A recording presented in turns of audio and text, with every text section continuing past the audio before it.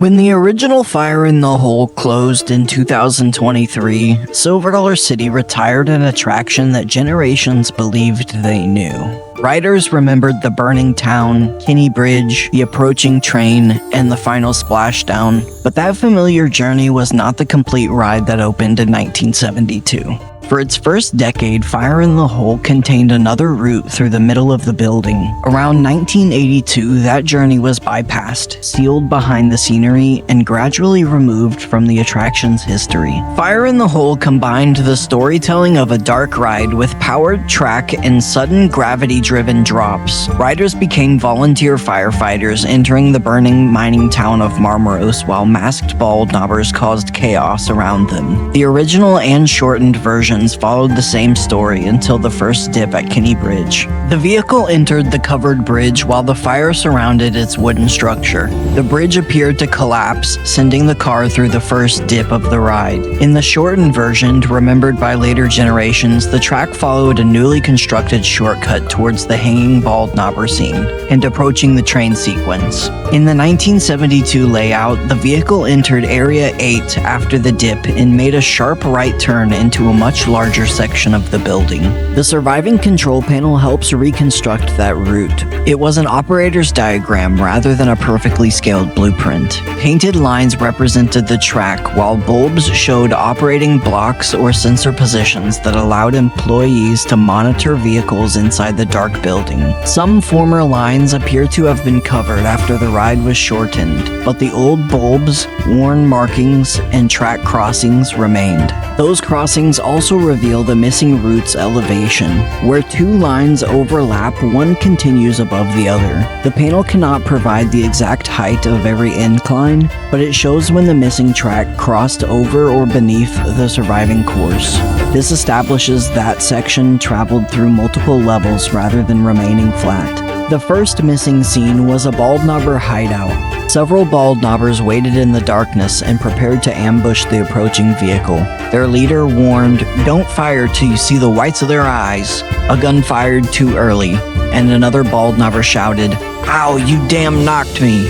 Realizing children were passing, he quickly added, "Oh, excuse me, kids." The exact wording of the complaint remains disputed. Some riders remembered a reference to being knocked, while others recalled something involving the word knock-kneed. What remains clear is the structure of the joke. One bald knobber ordered the group to wait, another fired too soon. The shot caused an argument, and the scene ended with an apology to the children. After passing the bald knobber hideout, the missing track curved through the center of the attraction and began climbing. The line crosses above track associated with Kinney Bridge and the burning cabin area. Fire in the Hole used powered wheels to move its vehicles through slower sections. This allowed the car to climb while darkness and scenery concealed the elevation change. As the train car left the bald knobber hideout, it approached a dark passage. As the train elevated, the darkness then opened into a warning sign. "Danger, track out ahead." That sign was setting up the entire payoff. Riders were being told that the route ahead had failed, but the vehicle continued forward anyways. Emerging from the dark passage at a higher elevation, the car entered the first sharp right turn. This carried it over the lower track that led towards Kinney Bridge. Riders would not have understood that they were crossing another part of the ride. Darkness and scenery made it feel like an isolated route high above Marmaros. A second sharp right turn positioned the car above the burning cabin. The cabin appeared below and to the rider's left, while a painted night sky filled with the moon and stars surrounded the upper track. The height difference was essential to the illusion. Riders had previously seen the town from the ground level, but now they were looking down upon one of its burning buildings as if their car had reached the edge of a mountain. That was when the warning became real. Directly ahead, the rails appeared mangled, broken and suspended over the edge of a cliff. The burning cabin below helped sell the apparent distance to the ground.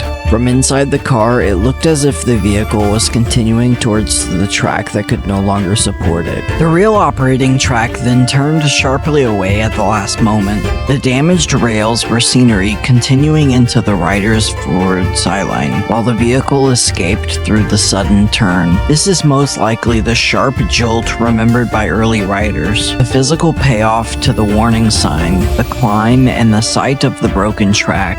It was not simply a display riders passed. The track, scenery, and elevation were arranged to make them believe their vehicle was about to run beyond the end of the railroad. After escaping the cliff, the car began returning to the lower level. The track descended beneath the beginning of the town route, continued through a long straight section, and entered a wide left curve. It then passed underneath the opening portion of the ride, the track near the population sign, and the wagon entering Marmaros.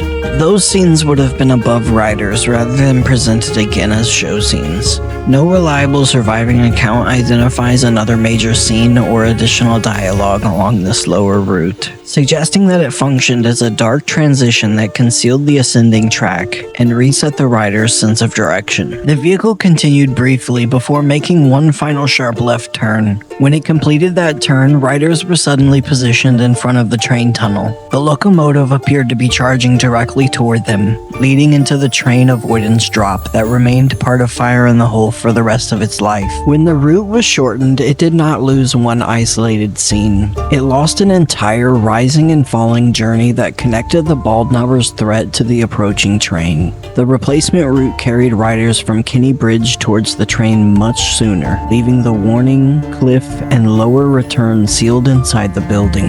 The 2024 Fire in the Hole does not reproduce this complete layout. Immediately after its Kinney Bridge sequence, a Bald Knobber operates a track switch and sends the vehicle towards what appears to be an abandoned branch of a railroad. According to an employee I spoke with, including the missing route was considered while the new attraction was being developed. In the finished ride, the track switching encounter became the surviving reference, a moment built around changing the vehicle's route in the same part of the story where the original ride once possessed an entirely different route. Reconstructing this section cannot bring back the original ride, but it can return the experience to the historical record. For decades, it survived only in fading memories, abandoned track, and a control panel that no longer explained itself. Those fragments now form a complete journey again. The original Fire in the Hole will never carry another train, but the version its earliest riders knew no longer has to disappear with them.